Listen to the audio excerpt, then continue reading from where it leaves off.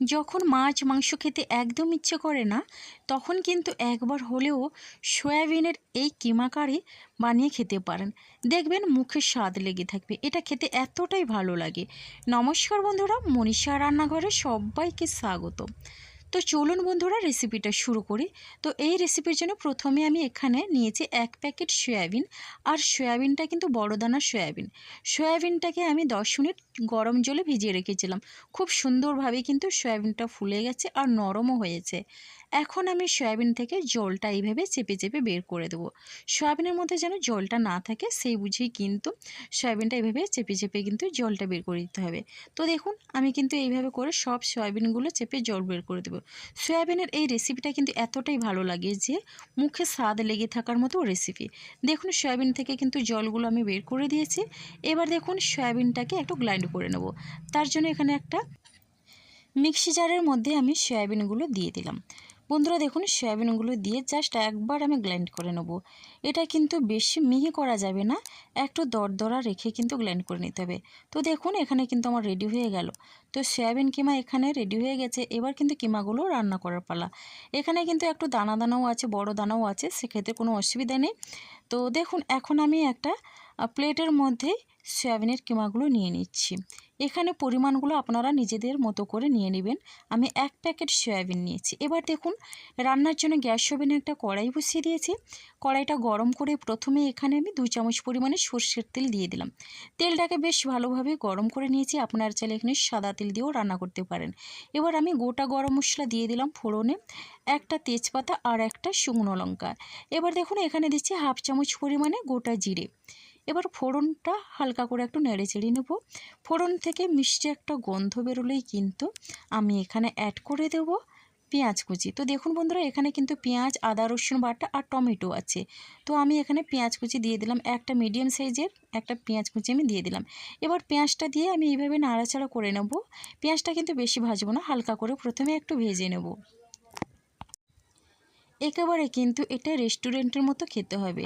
বন্ধুরা একবার হলেও বাড়িতে ট্রাই করবেন, তাহলে দেখবেন এটা খেতে কতটা মজার। দেখুন এখানে কিন্তু হালকা করে পেঁয়াজ ভেজে নিয়েছি। পেঁয়াজের গায়ে কিন্তু সুন্দর একটা সোনালি কালার চলে এসছে। এবার এখানে আদা রসুন বাটা 1 চামচ পরিমাণে দিয়ে দিলাম। এবার আদা রসুন বাটা দিয়ে আমি পেঁয়াজের সঙ্গে নাড়াচাড়া করতে থাকবো, যাতে আদা রসুনের কাঁচা গন্ধটা চলে যায়। এই রেসিপিতে কিন্তু আদা রসুন পেঁয়াজের কাঁচা গন্ধ থাকলে কিন্তু ভালো লাগে না খেতে। দেখুন খুব সুন্দরভাবেই কিন্তু পেঁয়াজের সঙ্গে আদা রসুনটাও একটু ভেজে নিয়েছি। সুন্দর একটা গন্ধ বেরিয়েছে। আর এখন আমি এখানে দিয়ে দিচ্ছি কেটে রাখা টমেটো। একটা মিডিয়াম সাইজের টমেটো আমি কেটে দিয়ে দিলাম। আর টমেটো আমি এইভাবে লম্বা লম্বা করে কেটে নিয়েছি। আপনারা চাইলে কিন্তু একটু ছোট করেও কেটে নিতে পারেন, আবার টমেটো পিউরিও দিতে পারেন। দেখুন এখন টমেটো দিয়ে একটু নাড়াচাড়া করে নিয়ে ঢাকনা দিয়ে এখানে 2-3 মিনিটের মতো লো ফ্লেমে রান্না করে নেব। তাহলে কিন্তু টমেটো অনেকটা নরমও হয়ে যাবে আর গলেও যাবে। দেখুন টমেটো কিন্তু অনেকটা নরম হয়ে গেছে। আর আমি খুন্তি দিয়ে এইভাবে একটু চেপে চেপে রান্না করে নেব। টমেটো দিয়ে এখন মশলাগুলোর সঙ্গে কষিয়ে নেব। মশলা যত ভালোভাবে কষানো হবে, তাহলে কিন্তু রেসিপিটা খেতে ভীষণই ভালো হয় আর কালারটাও দারুণ আসে। এখন দেখুন টমেটো দিয়ে একটু কষিয়ে নেওয়ার পরে এখানে দিয়ে দিচ্ছি হলুদের গুঁড়ো। এবার দিয়ে দিচ্ছি খুবই সামান্য পরিমাণে ঝাল লঙ্কার গুঁড়ো। এবার জিরের গুঁড়ো দিলাম আর দিয়ে দিচ্ছি এখানে ধনে গুঁড়ো। এবারে এই গুঁড়ো মশলাগুলো দিয়ে আমি মশলাটা সব কষিয়ে নেব। দেখুন মশলাটা দিয়ে আমি বেশ ভালোভাবে নাড়াচাড়া করে নিচ্ছি। এখানে টমেটো, আদা রসুন সব কিছু কিন্তু গুঁড়ো মশলার সঙ্গে কষিয়ে নিতে হবে। তো দেখুন গুঁড়ো মশলা দিয়ে এইভাবে আমি নাড়াচাড়া করব। আর হ্যাঁ, গ্যাসের ফ্লেমটা কিন্তু আমি লো টু মিডিয়ামে রেখে মশলাটা কষাবো। তা না হলে মশলাটা পুড়ে গেলে কিন্তু রেসিপিটা ভালো হবে না। মশলা থেকে কিন্তু সুন্দর একটা কালার এসছে। তো বন্ধুরা দেখুন এখানে আমি অ্যাড করে দেব আমি যে মিক্সিং জারটা ধুয়ে জল দিয়ে দিলাম, মানে যেটাতে আমি সয়াবিনের কিমাটা করেছি। তো ওই মিক্সিং জারটা ধুয়ে এখন আমি জলটা দিয়ে দিলাম। আর মিক্সি জারের জলটা দিয়ে বেশ ভালোভাবে মশলাটা আরও 1 মিনিটের মতো আমি কষিয়ে নেব প্রথমে। তো দেখুন মশলাটা একটু নাড়াচাড়া করে নিয়ে এরপরে এখানে দিয়ে দিচ্ছি 2 মুঠোর মতো মটরশুঁটি। আর মটরশুঁটি দিয়ে মিশিয়ে নিলাম। আর এখন কিন্তু আমি ঢাকনা দিয়ে রান্না করে নেব 2 মিনিটের মতো। তাহলে কিন্তু মটরশুঁটি অনেকটা নরমও হয়ে যায়।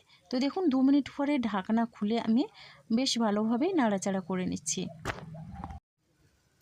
সয়াবিনের অনেক রকমের রেসিপি খেয়েছেন, বন্ধুরা একবার হলেও সয়াবিনের কিমা কারি বানিয়ে খাবেন, দেখবেন ভীষণ ভালো লাগবে। দুপুরে গরম ভাতের সঙ্গে যেমন, সেই রকম রুটি পরোটার সঙ্গেও দারুণ লাগে খেতে। তো দেখুন বন্ধুরা, এখানে কিন্তু মটরশুঁটি দিয়ে বেশ ভালোভাবে কষিয়ে নেওয়ার পরে এবার আমি সয়াবিনের কিমা দিয়ে দিচ্ছি। এবার আমি এখন কিমাটা দিয়ে বেশ ভালোভাবে নাড়াচাড়া করে মশলাটার সঙ্গে মিশিয়ে নেব। বেশি সময় লাগে না সয়াবিনের এই রান্নাটা করার জন্য, মাত্র কয়েক মিনিটের মধ্যেই কিন্তু রেডি হয়ে যায় সয়াবিনের এই কিমা। গ্যারান্টি দিয়ে বলতে পারি, সয়াবিনের এই কিমা কারিটা খাওয়ার পরেই কিন্তু সয়াবিনের আর কোনো রেসিপি ভালো লাগবে না। এটা খেতে এতটাই ভালো লাগে যে যারা সয়াবিন একেবারে অপছন্দ করে তারাও কিন্তু সয়াবিনের এই কিমা কারি খাওয়ার পরে বারবার কিন্তু এটাই খেতে চাইবে। এবার এখানে আমি দিয়ে দিচ্ছি স্বাদ অনুসারে লবণ। এবার দেখুন বন্ধুরা, আমি লবণটা দিয়ে সয়াবিনটাকে বেশ ভালোভাবে কষিয়ে নেব। সয়াবিনও খুব সুন্দরভাবে কষিয়ে নিতে হবে, তাহলে কিন্তু ভীষণই ভালো হয় খেতে। এটা কিন্তু বাচ্চা থেকে বড় সবার ভীষণ ভালো লাগবে। দেখুন, এখন আমি সয়াবিনটা কষিয়ে নেওয়ার পরে এখানে দিয়ে দিচ্ছি খুবই অল্প পরিমাণে চিনি। চিনিটা দিলে কিন্তু স্বাদ ব্যালেন্স করবে। দেখুন, চিনিটা দিয়ে একটু নাড়াচাড়া করে নিয়ে আবারও একটু কষিয়ে নিলাম। এবার দেখুন বন্ধুরা, খুব সুন্দর একটা কালার চলে এসছে। এবার আমি এখানে ঢাকনা দিয়ে 2 মিনিটের মতো একেবারে লো ফ্লেমে রেখে রান্না করে নেব, তাহলে কিন্তু মশলাটা সয়াবিনের সঙ্গে বেশ ভালোভাবে সেট হয়ে যাবে। 2 মিনিট পরে ঢাকনা খুলে আবারও বেশ ভালোভাবেই নাড়াচাড়া করে নিচ্ছি। এবার এখানে আমি দিয়ে দিচ্ছি পরিমাণ মতো জল। সয়াবিনের এই রেসিপিতে কিন্তু বেশি জলের প্রয়োজন হবে না, অল্প জলে কিন্তু রান্না হয়ে যাবে। বন্ধুরা দেখুন, জলটা দিয়ে বেশ ভালোভাবে আমি মিশিয়ে নিলাম। এবার দেখুন, ঢাকনা দিয়ে কিন্তু এটা আমি রান্না করে নেব মিনিমাম 4 মিনিটের মতো। ঢাকনা দিয়ে 4 মিনিটের মতো একেবারে লো টু মিডিয়াম ফ্লেমে রান্না করে নেব। রেসিপি ভালো লাগলে লাইক, শেয়ার, কমেন্ট এবং সাবস্ক্রাইব করে আমার পাশে থাকবেন। তো বন্ধুরা দেখুন, এখন কিন্তু আমি ঢাকনাটা খুলে বেশ ভালোভাবে নাড়াচাড়া করে নিচ্ছি। এটা কিন্তু একেবারে শুকনো হবে না আর ঝোলও থাকবে না, একটু মাখো মাখো টাইপের থাকবে। তো দেখুন, এখন ঢাকনাটা খুলে আরও 1-1.5 মিনিটের মতো আমি রান্নাটা করে নিচ্ছি। এরপরে দেখুন, এখানে একটা আমার তড়কা মশলা করব, তো তার জন্যে এখানে একটা গ্যাসের ওভেনে তড়কা প্যান বসিয়ে দিয়েছি। এবার প্যানের মধ্যে দিয়ে দিচ্ছি 1 চামচের মতো সর্ষের তেল। তেলটাকে গরম করে নিয়ে এখানে আমি দিচ্ছি দেখুন আদা কুচি, আর আদাটাকে আমি এইভাবে লম্বা লম্বা করে কেটে নিয়েছি। ভীষণই টেস্টি হয় এই তড়কাটা দিলে, আপনারা চাইলে দিতেও পারেন আবার নাও দিতে পারেন। এবার দেখুন, আমি গ্যাসটা বন্ধ করে দিলাম, আর বন্ধ করে দিয়ে কিন্তু এখানে আমি তড়কাটা দিয়ে দিব। তার আগে বলে দিচ্ছি, এটা কিন্তু একটু লাল করার জন্য বা কালারটা সুন্দর আনার জন্যে রেস্টুরেন্টে যেমন ব্যবহার করে কাশ্মীরি লাল লঙ্কার গুঁড়ো, বা সেখানে কিন্তু কালারের জন্যে ফুড কালার দেয়। তো আমি কিন্তু ফুড কালার না দিয়ে এখানে কাশ্মীরি লাল লঙ্কার গুঁড়োটাই ব্যবহার করছি। আর হ্যাঁ, লঙ্কার গুঁড়োটা যখন দেওয়া হবে তখন কিন্তু তেলটা একটু ঠান্ডা করে নিয়ে দিতে হবে। ওপর থেকে কিন্তু আমি দিয়ে দিলাম এই তড়কা।